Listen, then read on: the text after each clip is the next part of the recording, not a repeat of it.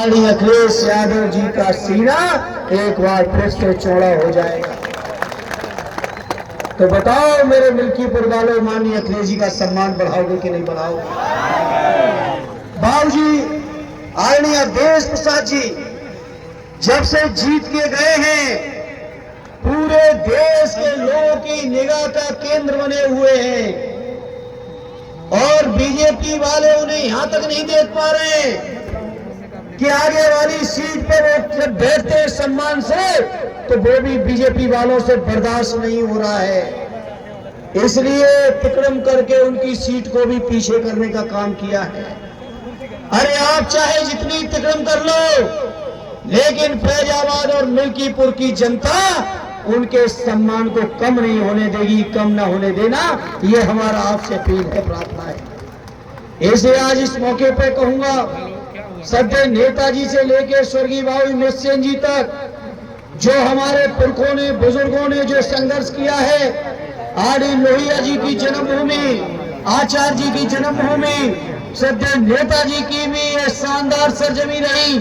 इस सरजमी से मैं आपसे प्रार्थना करूंगा कि आदरणीय अखिलेश यादव जी के सम्मान को बढ़ाने में कोई कसर न रख देना। मेरे साथियों, आज आपको इस बात का भी जवाब देना है, जिस तरीके से भारतीय जनता पार्टी के गृह मंत्री ने देश की संसद के अंदर बाबा साहब भीमराव अम्बेडकर जी का जो अपमान किया है, उस अपमान का भी जवाब बताओ मेरे मिल्कीपुर वालों, दोगे कि नहीं दोगे? साथियों, साथी अजीत प्रसाद को साइकिल के निशान पर बैठा के विधानसभा में पहुंचा के इस बात का जवाब दे देना कि भारतीय जनता पार्टी के लोगों, तुम लोग बाबा साहब का अपमान करने का चाहे जितना प्रयास कर लो, लेकिन उत्तर प्रदेश और देश के जनमानस के दिल में बाबा साहब भगवान की तरह बैठे हुए, उनका अपमान हम लोग बर्दाश्त नहीं करेंगे। साथियों, कोई भी कार्यकर्ता छोटे छोटे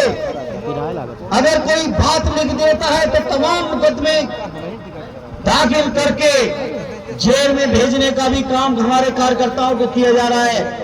वहीं सदैव नेताजी का जो अपमान यहाँ किया गया है, बताओ जो संत ने अपमान किया है उसका जवाब दोगे कि नहीं दोगे?